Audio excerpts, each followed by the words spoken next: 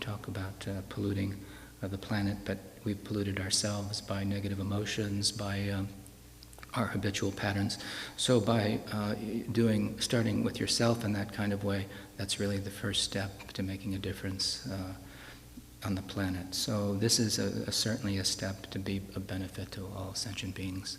And I really commend and congratulate and thank all of you for taking time, from your busy schedules to come here to do this. A lot of you, it's the first time, and I feel very good about it being your teacher.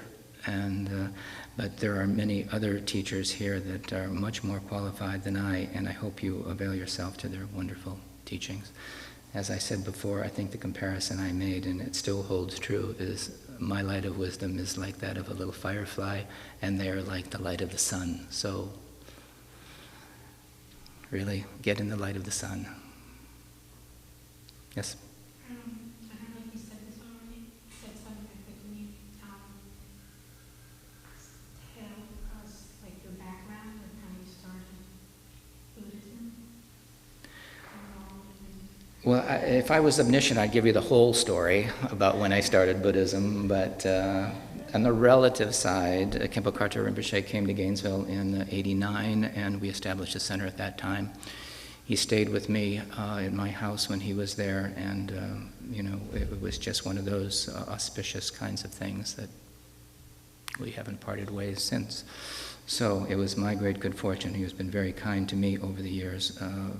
As was said previously, I have an academic PhD in psychology, and I taught psychology, and I had a school of acupuncture for many years, and I trained a lot of acupuncturists in traditional Chinese medicine, and I teach martial arts. I've taught martial arts for a long time, including Tai Chi most recently, and so I've been exposed to kind of Oriental thinking from, I've been in martial arts 30 years, and this was Oriental lineages.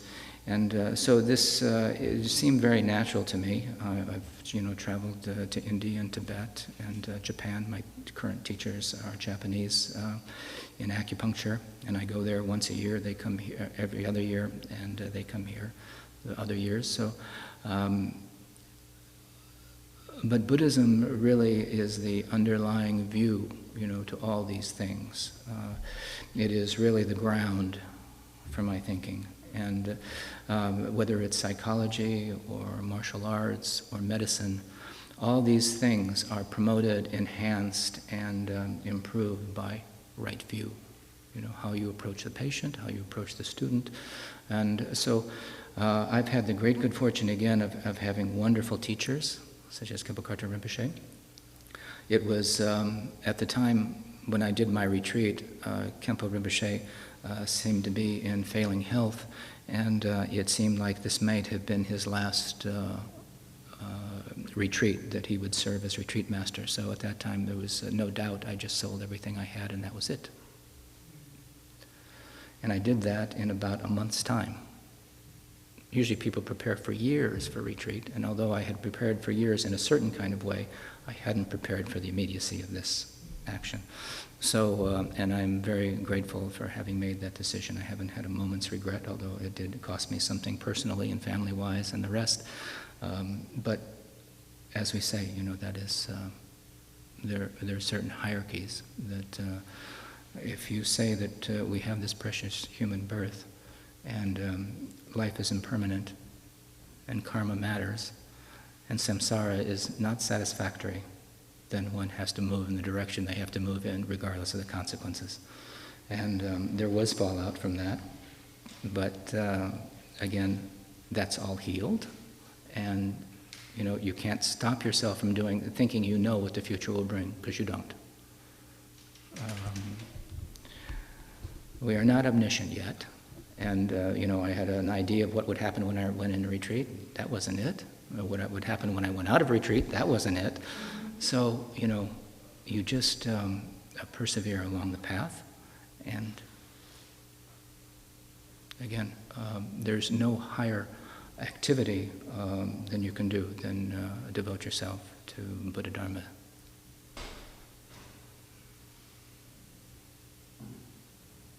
So I think, unless there's No more questions. Any more questions? We'll probably stop here. Is there any other announcements that need to be made, or? Okay. Just a thank you.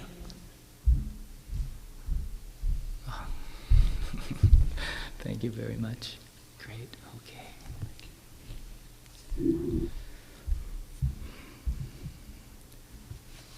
So there is a tradition for those of you who are new to Dharma that at the conclusion of a